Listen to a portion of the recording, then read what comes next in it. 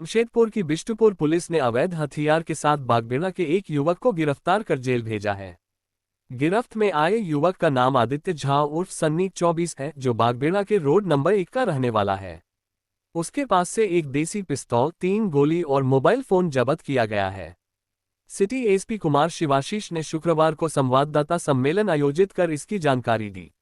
उन्होंने बताया कि 28 नवंबर की दोपहर 12:30 बजे गुप्त सूचना मिली कि साउथ पार्क चिन्मया स्कूल के पास अवैध हथियार के साथ एक संदिग्ध घूम रहा है।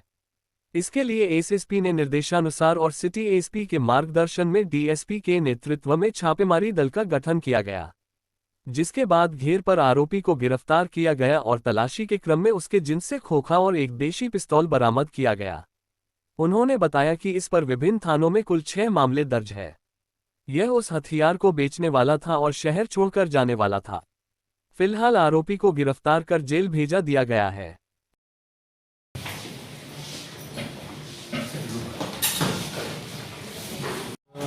आज दोपहर 12:30 में वरीय पुलिस अधीक्षक महोदय को ये सूचना मिली कि साउथ पार्क चिन्मया स्कूल के पास एक संदिग्ध व्यक्ति है जिसके पास हथियार होने की आशंका है।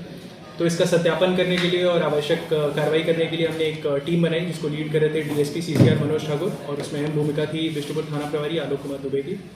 इसमें जब वहाँ पे हम लोग पहुँचे और हमने जब रेड किया तो एक युवक मिला जो थोड़ा संदिग्ध हालत में था।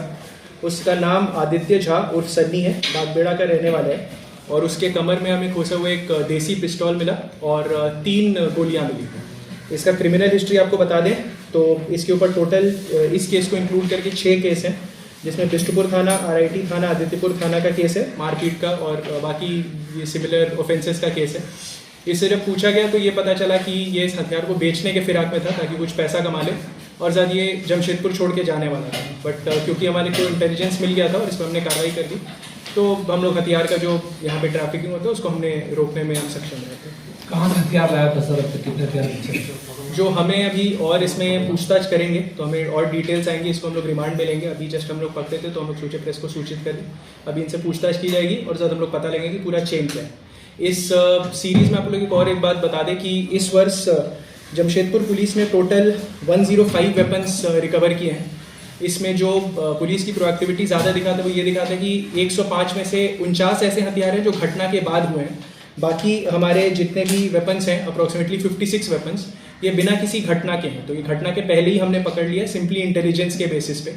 और इसमें कल वरीय पुलिस अधीक्षक महोदय के द्वारा क्राइम मीटिंग में कुछ बहुत नेसेसरी इंस्ट्रक्शंस दिए गए हैं। पहला ये है कि यदि किसी के पास भी हथियार होगा तो हम लोग उसमें ये मानेंगे कि वो एक ऑर्गेनाइज्ड क्राइम गैंग का पार्ट है, क्योंकि उसको हथियार अगर मिल रहा है तो ऑर्गेनाइज्ड क्राइम गैंग का है, और बीएनएस के और जितने भी कड़े सेक्शंस उस पर लगाए जाएंगे। सेकेंडली ये रहेगा कि we have zero tolerance for weapons. तो ये हमारा आपके माध्यम से अपील रहेगा कि यदि आपको कोई भी ऐसे करता है कि एक हथियार रख लो, ये कर लो, जैसे हमें पता चल जाएगा आपके पास हथियार है और जैसे ही पता चलेगा आप पे सबसे कड़ी कार्रवाई जो पॉसिबल होगी हम लोग करेंगे, and will ensure conviction in this case, जिसमें मिनिमम 10 साल का सजा होता है। तो we have no tolerance for weapons, और हमारा अब ये एम है कि जमशेदपुर को एंटायरली वेपन मुक्त बनाना है। वो उसमें मेहनत लगेगा, बट हम लोग मेहनत करने के लिए तैयार हैं। सर इतने हथियार लोग मतलब इवेंचुअली ऐसा हुआ था कि किसी और को बेचने जा रहा था, बट हमें पहले सूचना मिल गई। जैसे ये बेचने जा रहा था उसी के थ्रू हमें आइडिया लग गया था चीज़ों का, बट इसमें और इसका प्लान था और बाकी कहीं से हथियार ला के और बेचने का, बट पहली वाले में हमने से जमशेदपुर के किसी को जी जी तो इससे पहले भी बेच चुका है क्या हथियार? नहीं, ऐसा इस पे अभी तक आर्म्स एक्ट का कोई केस है नहीं, है ना। ये पहली बार ये कर रहा था, कुछ थोड़ा से पैसे जुगाड़ने की कोशिश में था ताकि जमशेदपुर छोड़ के कहीं जा सके। उसके पहले ही जमशेदपुर पकड़ा। सर इस चोरी थी, जैसा कि हमने आपको कुछ दिन पहले ही बताया था। ये एक गैंग है जिसने कोलकाता में, बंगाल में, बिहार में, झारखंड में और नेपाल में भी घटनाओं को अंजाम दिया है। इसमें हमें थोड़ा सा मेहनत लग रहा है, हम लोग टेक्निकल एविडेंस पूरा इंक्लूड कर रहे हैं। आपको बता दें कि कोडरमा में भी इस गैंग ने घटना की है, हजारीबाग में भी इसी गैंग ने घटना की है। तो we are sure that will catch them, but थोड़ा और मेहनत लगेगा। अभी हमारा जो इंटेलिजेंस है वो लोग नेपाल में है, तो इसके लिए थोड़ा मुश्किल हो रहा है, but we are sure that will catch them.